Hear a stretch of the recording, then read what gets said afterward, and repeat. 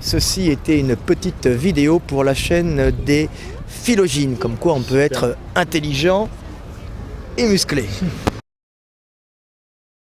Chèque de Lavier. Ouais, chèque de Lavier. Dieu Lavier pour les intimes. pour les intimes. Donc les Frédéric Delavier va nous donner des conseils en séduction. Voilà. Alors tu me disais tout à l'heure là, on était Ah oui, où alors moi quand j'étais jeune, j'étais très mauvais, on ne m'avait pas éduqué. Hein. Et donc, Bon, c'est improvisé, hein, je précise, il n'y a rien de préparé, hein, on vient réellement de se retrouver. Hein. voilà. Donc ni Frédéric n'a préparé quoi que ce soit, ni moi, ni le caméraman, comme vous pouvez le constater, qui est en train d'essayer de... Je ne prépare jamais rien, c'est ça la base. Il faut être spontané, j'en ai marre des mecs qui préparent. Et il faut se montrer tel qu'on est avec nos défauts. Voilà. On n'est pas lisse, on a des aspérités. Mais c'est vrai que sur YouTube, on a tendance à tout couper et à se montrer sous son beau jour, alors qu'en fait... Et comme sur Instagram, les mecs essaient tout le temps le meilleur profil, bon moi je fais un peu attention. Donc le truc, c'est que quand j'étais jeune, j'étais vraiment particulièrement... c'est un niaiseux, quoi, très mauvais pour les Canadiens. Et je savais pas comment on faisait, et je prenais des râteaux avec les filles. Et j'ai fait de la muscu, j'étais beau garçon, j'essayais de plaire. Et un jour, j'étais sur les champs. J'avais un beau blouson orange, les cheveux longs à l'époque, hein, et un bombers orange. J'arrive et puis je vois deux belles étrangères blondes aux yeux bleus. Puis j'arrive et j'essaye de les aborder. Je dis bonjour mademoiselle. Et là je les vois effrayées, terriblement effrayées. Et je reste paralysé parce qu'elles me fuyaient. Je dis merde, qu'est-ce que j'ai? Je suis beau garçon, je comprends pas. Et là je vois deux racailles de banlieue qui arrivent. Ouais. Comme ça. Ah, mamselle, les filles un peu effrayées. Mamselle, t'es belle. Mamselle, viens, je te paye à manger, viens. Et les filles sont là, ils insistent, mais vraiment, les mecs, en fin de compte, ils avaient que leurs couilles, hein, et leur courage. Les mecs, ils venaient de banlieue, hein, ils insistent, mais lourdement. Et je les vois partir avec les filles au McDonald's. Ah oui, même Et pas là, dans un beau café, quoi. Un truc de merde. Et là, j'ai compris que ce qu'il fallait, c'est avoir des couilles, tout simplement. Avoir les couilles et un peu de baratin. Et quoi. un peu de baratin et puis y aller. Alors maintenant ça marche moins parce que les filles se sont fait aborder, puis il y a Tinder, il y a tous les trucs sur internet. Mais après grâce à ces deux garçons de banlieue, ces deux racailles, des petites rails, ça se trouve c'est pas des voyous. Hein. C'est facile, tu vois, bon, c'était bien. Et c'était courageux. Je me suis dit je vais j'essaie de faire la même chose. Et il y a un copain qui me dit tu sais c'est une question de probabilité. Alors évidemment j'avais pas 52 ans. Quel âge déjà là? J'avais 26 ans, 26, ouais. 25 ans, 25, 26 ans, 25, 26. J'étais beau garçon, musclé, tout ça. Et il me dit, tu sais, ce qui compte, c'est d'en aborder un maximum avec une phrase neutre. Et il me dit, moi, je dis tout le temps, bonjour mademoiselle, vous m'avez l'air intéressante, vous m'avez l'air intelligente. Est-ce que ça vous dirait de discuter avec moi? Et ça c'est marrant parce qu'elles ont pas l'habitude qu'on leur dise qu'elles sont intelligentes. Voilà. Tu leur aurais dit t'es belle, c'est nul parce que tout le monde le sort. Non, il me disait vous avez l'air sympathique, voilà. Ah ouais, sympathique, c'est encore mieux, c'est encore plus neutre. Et là, il me dit ça, il dit ah bon tu dis ça? Bah oui, et puis il me montre son pourcentage, il me dit tu comprends, sur 10 filles abordées, il y en a une qui accepte de discuter avec moi, c'est une question de pourcentage, mais c'était à une autre époque. Hein. Et sur 10 filles avec qui je discute, il y en a une avec qui je conclus. Je dis pas, c'est pas vrai. Alors j'essaye. Ouais, une sur 10 c'est pas mal hein, dans la rue. Ça fait une sur 10 avec qui tu veux. Oui, maintenant c'est plus comme ça. Maintenant c'est plus dur, ouais. Maintenant il y a Tinder. Et alors là je dis ok. Je vais arpenter le soir Montparnasse à l'époque. Parce que je cherchais une copine. Et puis c'est là que j'ai trouvé une copine, mon premier grand amour avec qui j'ai vécu 7 ans. J'ai découvert la Hongrie. Et là je commence à faire toutes les filles que je trouve plutôt mignonnes. D'abord, je dis bonjour mademoiselle, vous m'avez l'air sympathique. Est-ce que je pourrais discuter avec vous? Bon, souvent je dis ouais, casse-toi, tout ça. Et puis alors, tout le temps poli, je dis c'est dommage, vous perdez quelque chose. J'étais intelligent et cultivé, c'est dommage. Et on aurait pu faire connaissance. Au revoir madame, au revoir mademoiselle. Mais oui, mais sur 10 nanas que j'abordais, il y en avait une qui était charmée, parce que j'étais courageux d'aller l'aborder. Et disponible, parce qu'il faut aussi qu'elle soit disponible. Et il y en avait une qui discutait avec moi. Et sur 10 qui discutaient avec moi, il y en avait une que j'invitais après au restaurant. Puis en général, quand tu l'invites à boire un verre ou à sortir quelque part, où tu connais un peu les gens, on va plus loin là-bas. Ouais, comme tu veux. C'est mieux en marchant, j'aime bien. Ouais, comme tu veux. Et ben en général, c'est dans la poche. Je veux dire, tu finis par coucher le soir même, quoi. Donc c'est comme ça. Alors j'ai couché avec pas mal de jeunes filles. Et en fin de compte, j'ai pris celle avec qui je suis resté avec celle avec qui je m'entendais le mieux. Bah, c'est l'avantage du séducteur, enfin du moins celui qui est dans l'abondance, c'est qu'il peut se permettre de choisir une fois. Oui. Il choisira avec perspicacité. Il sait exactement quelle est la fille qui lui convient et avec qui il y a une meilleure compatibilité. Voilà. Luxe que ne peut pas se payer le pauvre gars qui ne rencontre pas assez de Alors j'ai rencontré à l'époque, mais à l'époque j'étais pauvre, donc j'ai rencontré une copine hongroise qui était pauvre aussi, qui avait aucune notion. On a des belles femmes à Paris. À l'époque j'étais très pauvre, j'avais pas d'argent, tout ça. Je vivais en sous-location dans un HLM. Et j'ai comme ça, j'avais en fin de compte, j'avais que mes couilles et puis ton couteau. Et mon couteau, quoi. J'avais que mes couilles et ma jeunesse et mon ambition de réussir. Et puis j'ai séduit une jeune fille qui venait de Transylvanie, que j'aimais beaucoup, qui m'aimait beaucoup. On a vécu une belle histoire d'amour, malheureusement, qui s'est terminée au bout de 7 ans. C'est la vie. Ça m'a appris le chagrin d'amour. Ça m'a appris à comprendre les chansons, chansons tristes. Bah, plus ça arrive tôt, mieux c'est. Ça te fout une petite claque et puis après une grande claque. Mais bon, après t'es plus fort. Oui, t'es plus fort. Si on s'en remet, ce qui ne tue pas. Il y en a qui s'en remettent pas. Ouais. Voilà. Bon, après j'ai éclaté au niveau professionnel puisque j'étais très pauvre et j'ai fait un best-seller mondial. À quel âge j'ai commencé, j'ai bossé pendant plusieurs années sans gagner d'argent, avec le RMI, tout ça. Ouais. Et ensuite. Ensuite j'ai éclaté au niveau national et après au niveau mondial avec je suis devenu premier livre de muscu aux États-Unis et là évidemment mon niveau de vie a augmenté. D'un autre côté ça a généré la jalousie autour de moi, la haine, tout ce que tu veux, des pauvres qui voyaient en moi avec mes amis pauvres. Attention, c'est pas grave, attention derrière toi. Voilà, des pauvres qui voyaient en moi le miroir de leurs échecs, tu vois, en général. Attention. Mais mets-toi sur le côté ici. Ouais, marche sur le côté. C'est mieux. Mais par contre, j'avais un pouvoir d'achat qui me permettait d'inviter plus facilement les filles au restaurant. Oui, mais... Et il y a eu l'arrivée, alors vous ne l'avez pas connu, mais l'arrivée des jeunes Russes en France. Et moi je travaillais, j'étais rue Mouffetard, donc j'avais des amis grecs qui avaient je connaissais qui avaient les brasseries dans le coin, des bars, très sympas, Spiros d'ailleurs où je vais. Ah oui. Et un jour, il y a un pote qui ramène, parce que je connaissais les Grecs, des jeunes Russes. Russes de Lettonie bien sûr, hein. Et parce que la Russie, il y a des Russes partout, dans tous les anciens pays communistes, hein, avec des communautés. Et j'ai rencontré comme ça les Russes. Et j'ai eu ensuite beaucoup de copines russes, mais je suis tout le temps resté assez longtemps. Hein. Bon, je suis pas un garçon facile non plus. Et puis la France commençait à me casser grave les couilles parce que c'est un système de caste que j'aime pas. Je commençais à le ressentir sans le percevoir réellement, tu vois. Mais alors attends, moi je voulais te poser une question là. Donc j'ai eu les Russes parce que je représentais pour la Russe. Attention, je représentais pour la Russe le mec plein d'énergie. On va traverser là. Viens. Elle est jeune.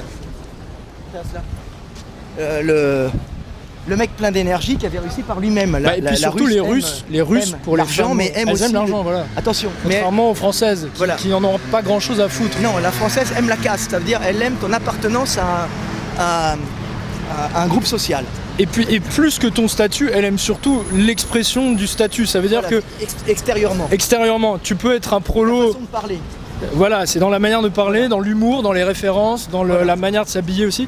Donc un prolo peut se faire passer pour un riche en France, mais ça marchera pas en Iran ou en Russie ou les trucs. Oui. Par exemple, c'est l'histoire de Bel-Ami, de Maupassant, qui est en fin de compte fils de paysan honteux de ses parents, qui a une belle prestance et qui a fait l'armée et qui arrive en France et qui arrive à monter socialement, un peu la Sarkozy. Hein, Jacques Chirac aussi l'a fait ça. Voilà, en se faisant passer pour un gars de la haute et en séduisant les femmes des riches, tu vois. Donc c'est typiquement français, ça. On ne monte pas par le mérite. On monte par sa capacité à se faire passer, c'est la course, comme à l'époque de Louis XIV, on montait à la cour, à la capacité de se faire passer pour celui qui appartient à la caste. Il y a plein de codes, mais c'est des codes extrêmement complexes qu'il faut savoir maîtriser. C'est aussi des qualités, mais c'est nullement de la méritocratie à l'allemande ou à l'américaine. Donc voilà. Donc par contre, moi, les Russes correspondaient parfaitement à ce qu'elles recherchaient. Un mec viril, avec de l'énergie, de l'ambition, qui voulait bouffer le monde, et en plus, qu'il avait déjà bouffé en partie, puisque je gagnais correctement ma vie, en étant indépendant. Donc tout ce qui correspond à l'idéal de la femme russe. Et je me souviens de femmes russes, de jeunes filles russes, qui sortaient cousines, d'amis avec qui j'ai vécu. Parce que j'ai jamais, moi, accumulé les filles comme ça. Hein. J'ai vécu tout le temps. Quand j'ai eu une copine russe, j'ai vécu 4 ans. T'es un monogame. Ouais, je suis monogame, moi. J'ai tendance à être peut-être attiré à côté, mais en général, ça se passe assez mal parce que je sais pas mentir. Et du coup, en général, c'est dramatique. Je me souviens d'ailleurs, tu avais fait une vidéo pour dire qu'il y avait 3 types d'hommes qui avaient réussi à... Attention, il y a des pierres, tu fais pas mal. Ouais. Ouais. Mais mets-toi sur de profil, c'est pas mal.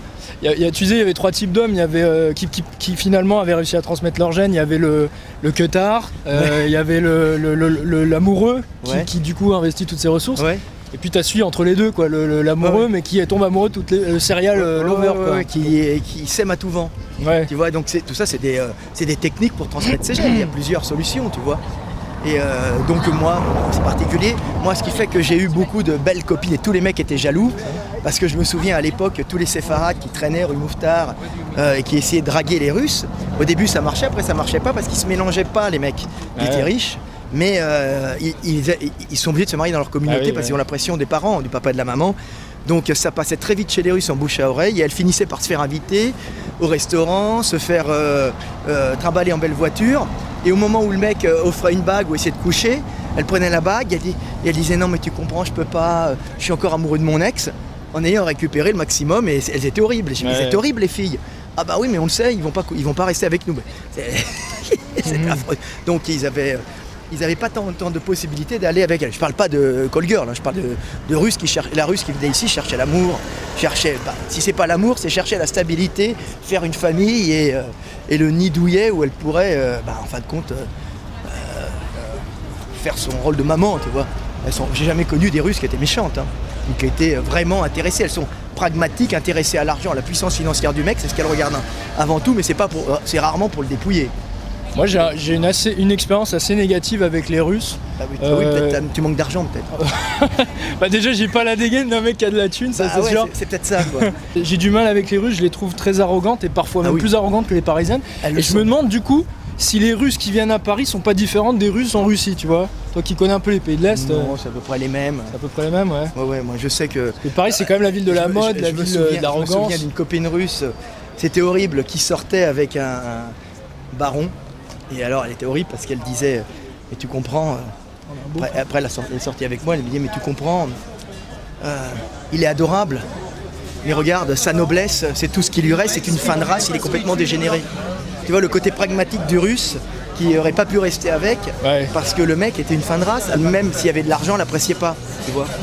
Donc on voit selon les peuples, il y a quand même des variations selon les femmes, selon la culture, les hommes aussi, hein. Bon, les hommes en général sont attirés par les belles femmes bien faites, souvent, tu vois. Donc, les filles les plus accessibles, je trouve, c'est les filles des pays latins et même maghrébines. Celles qui viennent, tu sais, pas les maghrébines de France, hein, celles qui viennent de... Alors moi j'avais très peu de succès. Elles sont chaleureuses, ça dépend des styles. Très peu de succès avec les maghrébines. J'ai eu du succès avec les maghrébines tard, c'est-à-dire vers 45-50 ans, pour la bonne raison qu'en général, culturellement, elles sont assez attirées par les mecs âgés. Parce qu'elle se marie souvent avec le mec qui est stable et qui peut avoir, culturellement, qui peut avoir plusieurs femmes. Donc ça reste ancré en elle. C'est pas tabou d'aller avec un mec plus âgé qui a de l'argent pour se faire entretenir et avoir des enfants. Donc il n'y a rien, attention là, il n'y a rien de négatif, tu vois, parce qu'en fin de compte, tout est basé sur la reproduction. Malheureusement, heureusement, mais on n'est pas... Faut pas rêver, hein. C'est ça la vie. Mais d'ailleurs, tu parles d'hommes plus âgés et de statut social, et je crois qu'on peut un petit peu feindre le statut. Là, avant de descendre, c'est peut-être mieux. Ouais. Là, on fait les beaux quartiers. Là, on est dans le quartier latin. Le quartier regardez, latin, c'est le quartier où on parlait latin. Tiens. Il y avait les écoles où on parlait latin.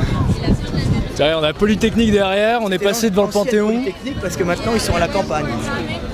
Tu vois. Et je pense que quand on est jeune, parlons jeunes, quand on est jeune, le meilleur moyen de rattraper le manque d'argent, de statut, mais argent j'y crois pas trop.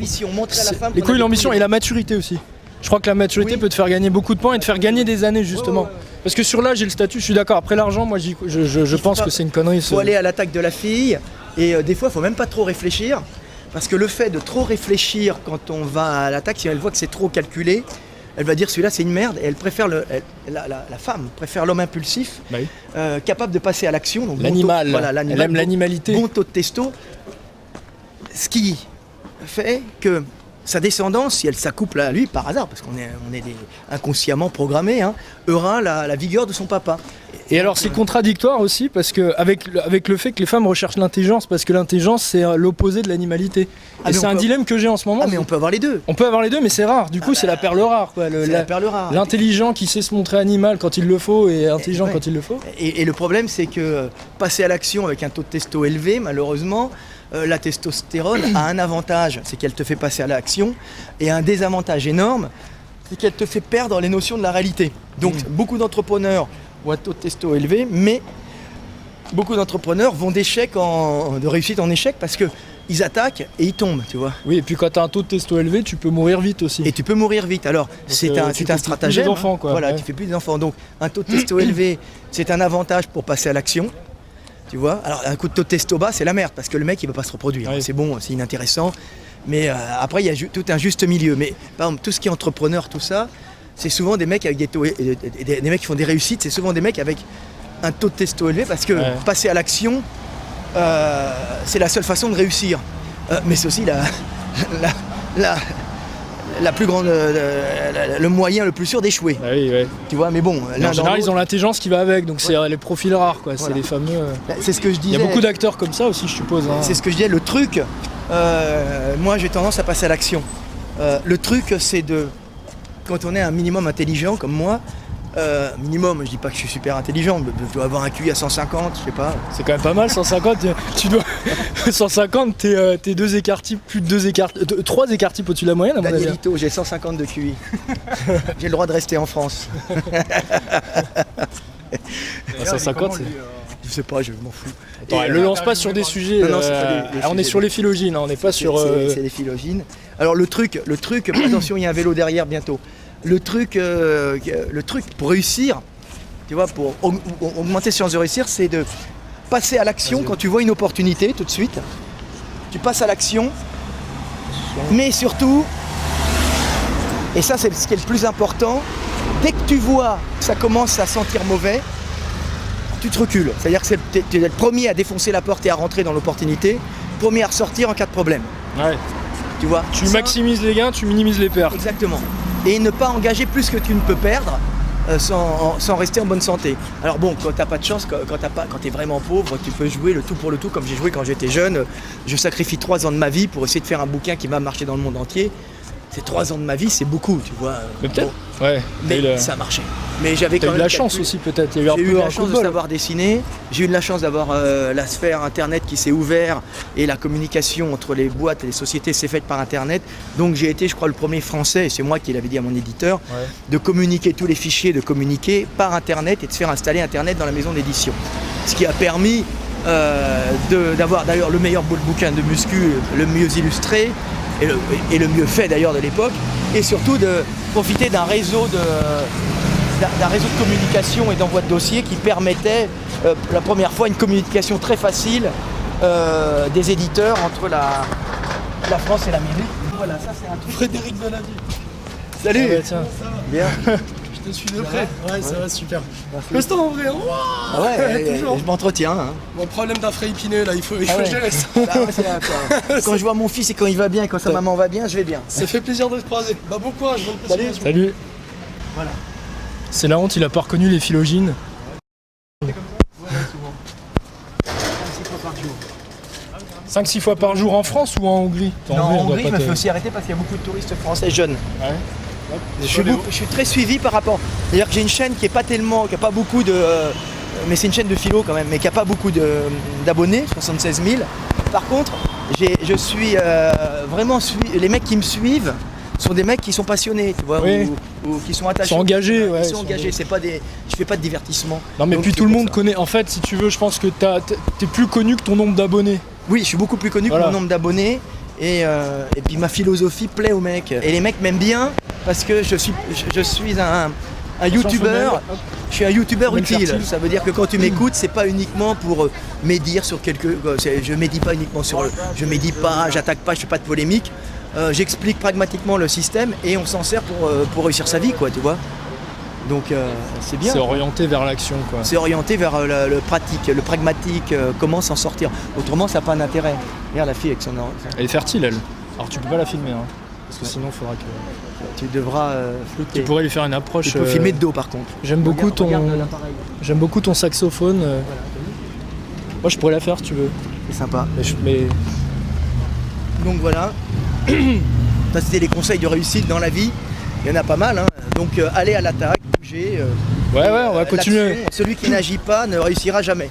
Même s'il est très intelligent. Tu vois, je connais... Moi, une fois, j'avais un gars qui était venu me voir. Je suis un surdoué, j'ai 180 de QI. Les gens sont méchants avec moi. Et j'ai dit, écoute, ton QI, ça ne te servira à rien si tu commences à dire ça.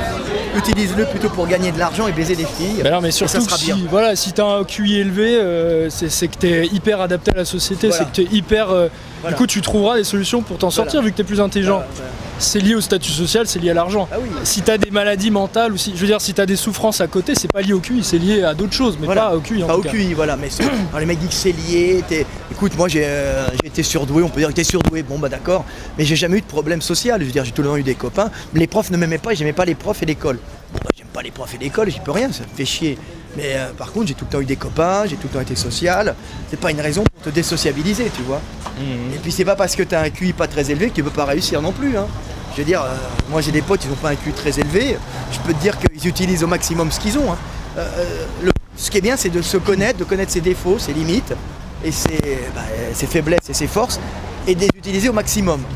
Tu vois, pour réussir ce que tu veux réussir dans la vie, c'est-à-dire être heureux et puis au moins te reproduire. Parce que moi je connais des connards qui pensent réussir dans l'existence en s'achetant des Porsche Cayenne ou pour eux la réussite c'est, tu vois, montrer qu'ils ont un titre de directeur de société, qu'ils ont une Porsche Cayenne ou un autre truc. Mais c'est pas ça la réussite. La réussite, c'est de créer un truc utile aux gens sans les voler et de partir en ayant transmis la vie si tu peux et en tout cas améliorer la vie de ton groupe. Donc améliorer en fin de compte la vie des hommes qui sont autour de toi, qui portent souvent le même patrimoine génétique. Mais l'adaptation au monde positive. Et qu'est-ce que tu penses pour toi, un homme qui couche avec beaucoup de femmes, c'est bon jusqu'à quel âge par exemple tu dirais C'est bien pour les jeunes qui ont un taux de testo élevé, mais c'est pas non plus la finalité. Tu vois, l'idéal c'est de... Maintenant le problème c'est que les mariages sont plus arrangés par les familles, c'est pas évident. Bah oui, et puis ça a beaucoup changé dans le sens. T'es obligé d'en tester plusieurs. Moi, on va aller chez un taille qui est plus loin, ça vous dit? Ouais. Moi je vais juste prendre un petit truc et puis ça va. Parce que là t'as fait ta séance là, il faut de la prot là. Je fais mon cardio avec vous. Là on marche, toi tu fais à l'envers, c'est pire. T'es mort, non? Tu marches à l'envers. Attention, il y a un vieux monsieur derrière. Tu pourrais te mettre sur le côté en vrai, hein, ça... Ah ouais, c'est stylé, ouais. Attention, il y a un arbre. Mais alors là, du coup, en marchant comme ça, notre caméraman, qu'est-ce qu'il muscle comme muscle là? Est-ce qu'il travaille comme muscle? Il y a les fessiers, les mollets. Ouais. Il doit le sentir. Moi, je marche jamais comme ça. Et est-ce que j'ai une clavicule longue ou pas, tu dirais? Je sais pas, oui, ça a l'air, ouais. Oh, oui. Stylé, yes. Tu portes facilement tes sacs. Ah, stylé. Ils tombent pas. Et moi, j'ai les clavicules courtes, ils tombent. Ah bah, Ryan aussi, ouais. Du coup, c'est gros trapèze et... Bah ouais, moi j'ai des trapèzes, pas gros, mais j'ai des trapèzes qui sont courts et qui montent haut en plus, tu vois. Ouais, donc je voulais revenir, parce qu'on va essayer de rester dans la séduction, vu que c'est un peu le thème de la chaîne. Ouais, c'est mieux que la muscu. C'est plus sympa, ouais. La muscu, c'est un peu lieu, parce que c'est vrai, je vais pas mentir, être beau, avoir un beau corps, être bien taillé, c'est quand même un avantage, hein, on va pas se le cacher. Mais en revanche, je voulais revenir sur les attentes des femmes qui ont changé aujourd'hui. Enfin, je sais pas comment elles étaient. Moi je suis un vieux, alors c'est pas évident. J'ai découvert avec mon ex qui était allé aider une de ses copines sur Tinder, la façon dont les filles draguent sur Tinder, et j'ai été choqué en tant que vieux. Vieux, je rigole, hein, bon, le vieux il fait 220 par 5 au soulevé de terre, donc ça va. Mais je ne suis pas jeune non plus, tu vois. Donc j'étais étonné, je dis bon, comment ta copine elle est célibataire? Oui. Et comment vous faites? C'est simple. Le premier truc qu'elle sélectionne, elle me dit moi tu sais Tinder, il paraît qu'on bouge la main à droite à gauche et on dégage les gens. Et elle dit moins d'1m80 on dégage. Ouais voilà. Déjà toi et moi on serait hors ligue là. Moi je fais 1m77, donc tu vois 1m77 déjà je baisse pas. Puis en plus à 50 ans je veux dire il faut que j'aligne mon rang social, tu vois, ce qui est normal. C'est surtout que voilà, en fait, c'est-à-dire que tu l'aurais rencontrée dans la vraie vie, tu aurais fait 1m77, 62 ou 80, elle aurait pas vérifié. Elle aurait pas vérifié, voilà. Mais elle aurait vu que t'es un baratin, que tu parles bien, que tu connais des trucs en biologie ou peu importe, bah, tu l'aurais fait rire, ça aurait fonctionné. Donc il y a des choses, il y a des rencontres qu'on n'aurait jamais pu faire sur internet mais qu'on peut faire dans la vraie vie parce qu'il n'y a pas ces barrières à la con que les filles se mettent et même les mecs, hein, même nous d'une certaine manière. Avec l'âge de plus en plus tu deviens plus réceptif à plusieurs types de femmes. Je me souviens et je m'aperçois qu'avec l'âge je suis plus réceptif aux nanas un peu grasses et grosses, c'est-à-dire celles qui sont plus aptes à générer la vie. Ouais, c'est vrai. Et quand j'étais jeune, j'étais les fines, les gros culs, les culs secs. Les mannequins, tu sais, quand on est jeune, on veut des mannequins, des grandes fines. En vérité, on s'éloigne de la fertilité. C'est vrai. Et avec le temps, tu t'aperçois que les femmes les plus sympas à vivre, c'est les femmes un peu grasses. Parce que le fait d'être un peu grasses, c'est pas qu'elles sont gentilles, elles sont pas plus gentilles que les autres. C'est des bêtes à survivre, comme nous d'ailleurs. Mais elles sont moins soupolées, elles sont plus cool. Elles ont moins d'humeur, on va dire, quand elles sont un peu grasses, plus cool. Donc... Et en plus, c'est des meilleures génitrices, puisqu'elles sont pleines d'estrogènes, souvent. Moi, j'ai remarqué que les femmes avec de la graisse étaient plus calmes que les fines. Ouais. Je sais pas si c'est... c'est du taux d'estrogène qui calme, qui rend paisible, douce, attentionnée. Quand elles commencent à maigrir, elles perdent leur estrogène, elles ont les petits seins qui s'assèchent. Et on passe devant Saint-Nicolas du Chardonnay. Ah bah vas-y, montre Saint-Nicolas du Chardonnay, avec une très belle statue de Saint-Nicolas. Saint-Nicolas... le bon saint qui étendit 3 doigts et les petits se levèrent tous les 3. Donc, moi c'est mon saint préféré, j'aime bien la chanson. Donc voilà. On critique pareil mais il y a quand même des beaux monuments. Hein. Oui, il y a des beaux trucs. On pourra même terminer peut-être devant Notre-Dame de Paris et son magnifique toit décapotable. Ah ouais. Pour l'été. Donc où j'en étais ? Donc les femmes qui ont de la graisse. Avec l'âge, tu te mets à préférer les femmes qui ont de la graisse, c'est-à-dire que les femmes plus fertiles. Parce que tu commences à comprendre que l'essentiel, c'est pas la relation sexuelle, tu vois, comme celle qui arrive là, mais il la filmera de dos. L'essentiel, c'est pas les sèches, c'est l'essentiel. Sur ce qu'est une femme fertile. Voilà, c'est les réserves graisseuses. Elle est pas hyper fertile. Si, elle avait des beaux seins. Ah bah, il est en plein devant le. L'autre est en plein. L'essentiel, femme, c'est quand même les réserves de graisse qui permettent de faire des petits, tu vois. Où elle était mignonne de face, elle a des grosses mamelles et donc elle a un symbole de fertilité pour faire des enfants. Enfin, c'est pour ça qu'on est attiré par ça. Donc avec l'âge, tu sais que le problème, et sachant que la mort va arriver plus ou moins tôt, tu t'aperçois que l'essentiel c'est quand même la vie que tu dois laisser. Quand tu es jeune, tu penses que tu as le temps, quand tu es vieux, tu t'aperçois que tu l'as pas. Bon, j'ai un petit, j'ai une maman, je dois m'en occuper, je dois aller en vacances avec, j'ai des choses à faire, qui saignent, éventuellement faire un autre, je ne sais pas. De toute façon, l'important, c'est la vie. Mais tu sais que les filles sont de moins en moins dans cet état d'esprit aujourd'hui en France, j'ai l'impression, c'est-à-dire que elles veulent quelque chose de sérieux, mais quand elles ont atteint un certain âge, c'est-à-dire quand elles ont fini leurs études, la plupart du temps, quand elles ont déjà bien entamé leur carrière, ce qui fait qu'elles arrivent à un âge où justement elles sont moins fertiles pour le coup. Oui. Et là, elles ont peur. Là, c'est la crise de panique parce qu'on leur a fait croire qu'une femme, c'était la réussite sociale et la carrière. Et en fin de compte, une femme, la plus belle réussite d'une femme, c'est son enfant. Puisque de la carrière, il n'en restera pas grand-chose. La seule chose que nous laissons au monde, en fin de compte, c'est les bonnes actions que nous avons faites, le savoir que nous avons transmis, et puis les petits que nous avons laissés. Donc c'est l'essentiel. Comme je disais à la mère de mon fils, la plus belle chose que tu auras laissée au monde, c'est notre enfant. Tu vois, et en fin de compte, tu vas t'en apercevoir que c'est moi qui t'ai permis, avec toi bien sûr, par notre union, de réaliser la plus belle chose du monde, c'est-à-dire continuer la vie et continuer la conscience de Dieu dans nos enfants. Tu vois, c'est ça, c'est ça la vie, mais tu en prends conscience.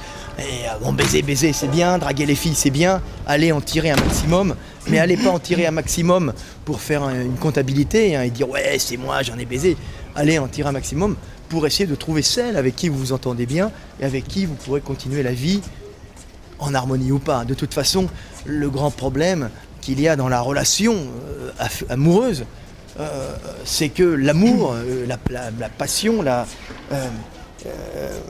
le fait de tomber amoureux, d'être attiré par une femme, on va passer par là, c'est mieux, d'être attiré par une femme, et souvent, c'est-à-dire que le taux de testo qui nous pousse à aller vers la femme nous fait perdre aussi toute notion de la réalité, nous fait percevoir la fille que l'on désire, pas avec la réalité de ce qu'elle est, mais avec ce que nous désirons qu'elle soit, c'est-à-dire une femme sympa, belle, que nous pourrons pénétrer, et dans laquelle nous jouirons.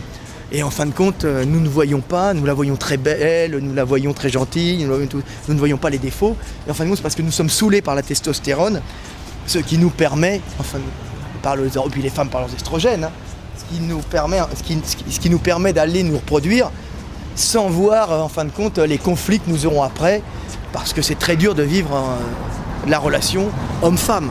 Alors nous sommes très différents, mais c'est pas grave. L'important, c'est en fin de compte cette union qui génère la vie.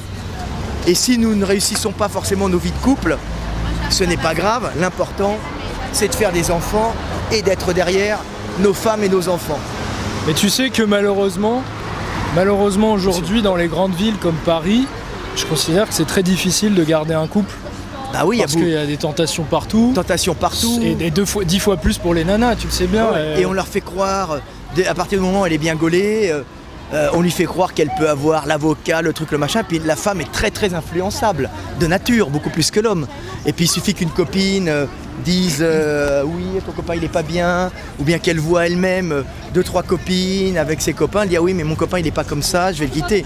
Et puis surtout elle est dans une abondance qui fait qu'en fait le jour où il y a un mec qui est un peu mieux que son copain actuel, qu'elle croit un peu mieux surtout.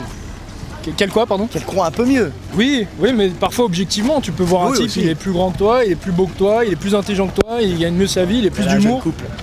Et malheureusement, c'est vrai que c'est compliqué, quoi, parce qu'à Paris, elles se font aborder toute la journée. Il y a des gens qui réussissent bien. Le niveau intellectuel est plutôt assez élevé. Il y a des étudiants, des facs partout. Enfin voilà, c'est. On peut étaler sa culture pour montrer son appartenance à une caste, un rang. Et puis on veut tout le temps mieux, jusqu'au jour où à force de vouloir mieux on trouve rien parce qu'on a vieilli et que on prend le premier connard venu.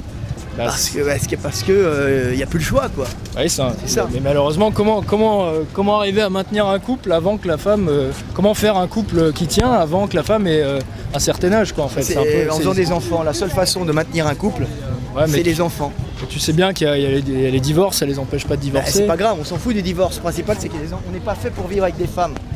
On est fait pour faire des enfants. Ce qui unit un homme et une femme, c'est ce que nous construisons ensemble. Donc les enfants. Tu vois, là, il y a un jeune couple, tu peux les prendre sur l'amour. Regarde, on est au printemps. Tu vois, c'est beau, tu les floutres un peu. Tu vois, regarde, ils sont amoureux.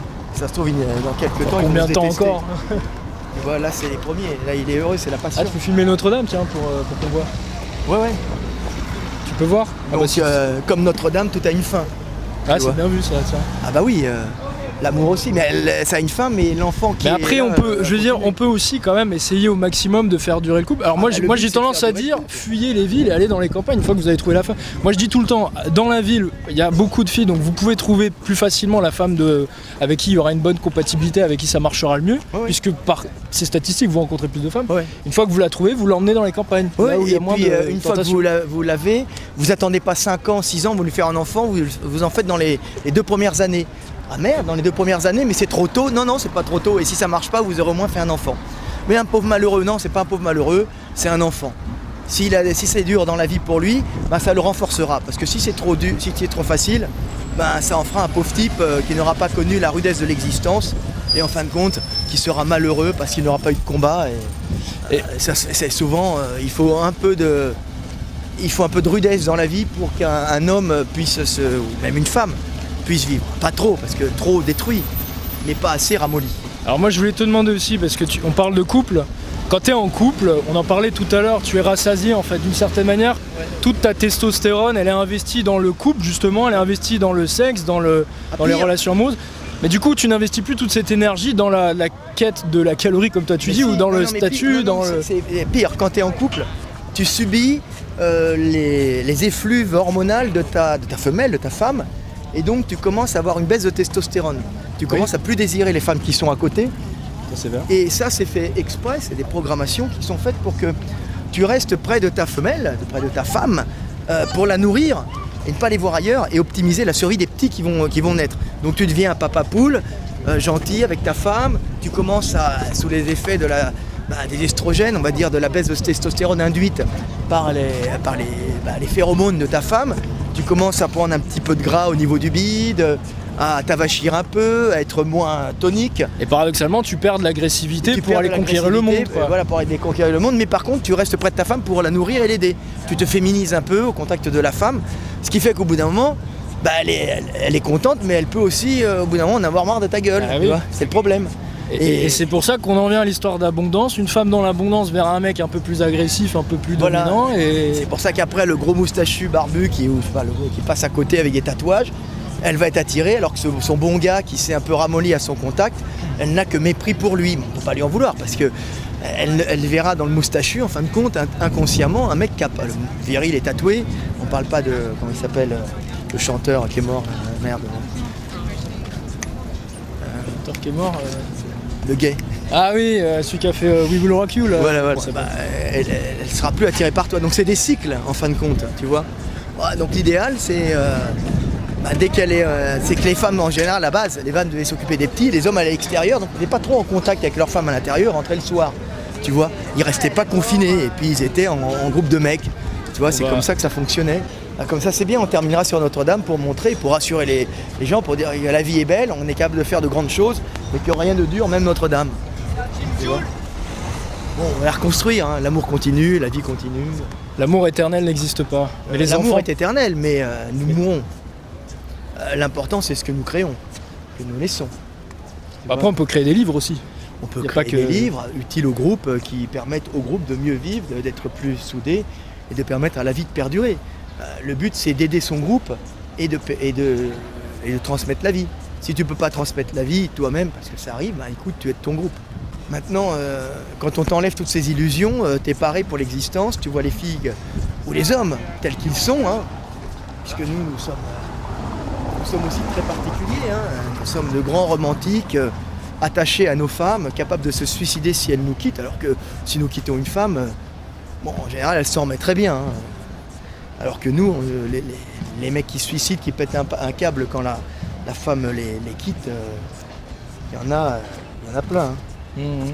Alors que les femmes, moins. Tu vois, elles sont malheureuses, elles vont faire leur crise d'hystérie, ça s'arrête là, et puis passe quelques mois, et puis c'est bon, on en trouve un autre. Hein. Et la vie continue. Mais bon, l'homme, lui, il est attaché affectivement à la femme, c'est pour ça que vous, les philogènes, vous avez des petits jeunes qui doivent avoir souffert d'être balancés par leurs copines. Hein. Ouais, pas forcément, non, je pense qu'on est surtout des hommes qui voulons essayer de comprendre la psychologie des femmes, mais aussi des êtres humains de manière générale. C'est plus une recherche de la compréhension, c'est des intellos qu'il y a dans le club. Il y a des mecs qui... celui qui tient la caméra, par exemple, il a déjà une copine, par exemple, et il n'est pas là pour trouver une copine, il est là pour s'amuser un peu. Si t'as une pour copine, comprendre. dans quelques temps, mais elle est enceinte, quoi. C'est le but. Moi j'ai connu plein de mecs qui disent non, on s'entend bien, on n'a pas besoin d'enfants. C'est une véritable difficulté parce que la fille, quand elle est venue, quand elle a été attirée par toi, elle a été attirée probablement par ton côté conquérant. Oui, par mais ton quand elle aura un enfant, elle ne s'intéressera plus à toi, elle s'intéressera à l'enfant. Parce que c'est la chose la principale. Et après, ça devient un amour on va dire la passion est terminée et ça devient un amour plus réfléchi où on essaye de faire perdurer nos petits, de les aider et puis d'en faire d'autres, tu vois. Mais tu sais, le problème c'est qu'aujourd'hui les gens ils pensent beaucoup à travers l'amour-passion, tu sais, c'est-à-dire que dès que la passion s'éteint, ils pensent que c'est la fin du couple. Oui, mais c'est une erreur. Et peut-être plus les femmes que les hommes d'ailleurs. Hein. C'est un mensonge parce que l'amour-passion, c'est un leurre pour unir deux individus et continuer la vie. Mais après, dans une société humaine, extrêmement hiérarchisée, extrêmement complexe, l'important quand même c'est l'union du couple pour aider les enfants à survivre. Et là, on passe sur nos passions sexuelles, sur nos désirs sexuels, et puis on essaye de se consacrer à nos petits. C'est un sacrifice, tu vois. C'est bien quand on est jeune, ouais, la passion, c'est bien, c'est bon. Baise, vas-y, va baiser, mais il n'y a pas que ça. Non mais je veux dire, il n'y a pas que ça, parce qu'il faut bien continuer le monde, tu vas pas durer éternellement, tu vois, donc il faut faire du remplacement. On va conclure là-bas, sur le pont, en face de Notre-Dame. Ouais, alors là c'est bien, on a vraiment 100% spontané, 100% improvisé pour le coup. Voilà. Franchement bravo parce que l'itinéraire est parfait. Alors j'espère qu'il y a encore de la batterie, j'en sais rien. J'expliquais comment je draguais, mais après moi c'est pas bon. Moi je te dis, les filles qui draguaient sur Tinder, les copines, j'ai vu ce qu'elles faisaient. Moi je connais pas ça. Elles enlèvent les mecs de moins d'1m80 et après elles regardent la profession. Après nous les philogines justement, elles regardent la profession, c'est-à-dire qu'elles me disent on vire les agents de sécurité. Tu vois, donc elles gardent les avocats, les trucs, les machins, bon, pour faire la sécurité énergétique pour les petits. On est tout le temps dans le même domaine, c'est sécurité énergétique. Et d'où l'intérêt de la drague de rue, mais en tout cas des rencontres dans le quotidien, c'est qu'on gomme un peu toutes ces histoires de différence de statut, d'origine sociale. Et puis ce mensonge Tinder, mais j'ai des copains qui réussissent sur Tinder, j'ai des copains qui ont connu leurs copines sur Tinder, mais en général ils les cherchent c'est les copains hongrois qui les cherchent dans un domaine, mais il y en a beaucoup qui réussissent, même en France, hein. Dans leur région, parce qu'ils aiment bien leur région, ils cherchent des copines, ils montent leur bol photo, ils se rencontrent, ils baisouillent, ils sont heureux. Tinder marche aussi. Après, il y a beaucoup de mensonges et des leurres, un peu comme les mecs qui mettent des habits de marque faux ou des fausses montres. Et c'est un peu ça la séduction aussi, tiens, on s'arrête là ? Ouais, on va s'arrêter là. C'est un peu ça la séduction, c'est de mentir un petit peu, tu sais, pas mentir, mais c'est d'embellir, c'est d'exagérer un petit peu, c'est d'omettre certains défauts, c'est de se faire tu montes ton beau côté, le jouer, le côté taquin, tu sais, même taquiner, c'est une certaine forme de mensonge. Et c'est un petit peu ça peut-être la séduction, c'est de jouer sur certaines expressions de l'intelligence, sur certaines expressions du statut social, de faire. Tu montes tes qualités, tu montes pas des défauts. Tu vas pas lui dire, tu sais, quand j'ai au shot je pue, c'est bon. Tu vas pas lui montrer, on va dire, tes vices, tes perversions, tes faiblesses. Non, on va éviter. Le but, c'est que la vie continue, c'est de baiser et puis c'est de trouver une femme avec qui on s'entend quand on est un homme pour pouvoir être heureux en faisant le monde. Parce que, objectivement, pour les jeunes qui ne connaissent pas, il n'y a rien de plus agréable et pas agréable, on va dire. Il n'y a rien qui vous remplit plus qu'avoir un enfant. Tu vois, de tout ce que j'ai vécu dans ma vie, le fait d'être un père, ça change toute votre perception du monde et votre façon d'exister. C'est ce que disent tous les bons pères en général. Voilà, c'est ce que tu te dis. Mon père il dit pareil. Voilà, maintenant que t'es père, tu peux mourir. Tu vois, c'est-à-dire que tu es prêt à mourir au combat. Un jeune homme qui va mourir au combat sans être père, c'est du gâchis. Tu vois, un homme qui meurt au combat, c'est symbolique. En ayant déjà été père, il meurt pour l'avenir. Tu vois, c'est glorifiant pour la vie. Donc un père, c'est pour ça que même les rabbins disent on ne peut pas être rabbin si on n'a pas été père, tu vois. C'est vrai, on ne peut pas comprendre la vie réellement. On peut la comprendre bien sûr, mais on ne la ressent pas réellement si on n'a pas été père. Donc vraiment être père te fait comprendre l'existence et te fait comprendre ce qui est fondamental dans l'existence et te fait accepter la mort. Tu vois, c'est comme les femmes qui ont été mères. Meurent beaucoup plus facilement. Elles ont ce don de sacrifice. Déjà la femme l'a en elle puisqu'elle est programmée pour risquer sa vie à chaque accouchement. Tu vois. Donc elle a ce courage que l'homme n'a souvent pas. Ok. Voilà. Bon bah aimons les femmes pour ce qu'elles sont. Soyons philogynes. Hein. Vous savez ce que ça veut dire philogyne ? Non. C'est l'inverse de misogyne, c'est aimer les femmes. Ah oui voilà, soyons philogynes. Soyons philogynes. Aimons-les. J'aime les femmes avec de belles croupes, de belles poitrines et sympathiques. Mais bon, comme dit, les femmes sont ce qu'elles sont et je n'espère pas l'amour d'une femme. Ce que je veux, c'est qu'elle soit bonne avec mes enfants. Une femme, c'est avant tout une mère. Voilà. Et pour finir, il y a un truc que j'ai toujours rêvé de te demander. Est-ce que tu peux dire ceci était une petite vidéo pour la chaîne des Philogynes ? Ceci était une petite vidéo pour la chaîne des Philogynes, comme quoi on peut être intelligent et musclé. En plus, Notre-Dame, voilà. Magnifique plan. Voilà, magnifique plan. Tu peux faire un gros plan sur Notre-Dame. Bon, le toit a brûlé, mais il reste encore les arcs-boutants et toute la pierre. Il faudra quelques années pour la restaurer. Mais bon, espérons qu'il ne fasse pas un centre commercial, quoi. La vie continue. Moi, j'aurais bien vu une piscine sur le dessus. Ouais, ou un petit centre commercial avec un parc d'attractions qui reprend la vie de Quasimodo. C'est ce que je pensais aussi, j'avais dit ça à des copains, je dis on devrait faire un truc Walt Disney avec des attractions. Bah ouais, pour faire venir les gens un petit peu là, et pour faire découvrir l'histoire. Un Starbucks café avec un panorama. Ouais, pour rembourser les frais de la réparation. De la réparation, ça serait pas mal. Ok. Bon bah super. Voilà, allez. Allez, salut, bientôt, ciao. Salut. Bon bah c'est super. Mon amour pour elle était du genre à aller jusqu'aux étoiles. L'amour stratosphérique que j'ai dû cacher d'un voile. L'humour sombre, la peau sombre, je dessinais cette toile. Des jeux d'ombre sous les draps assez courts. On retient pas, je dis on, car elle en a fait vriller plus d'un. Et chacune de ses cibles était fatiguée à vue d'œil. Et je meurs encore, cette fille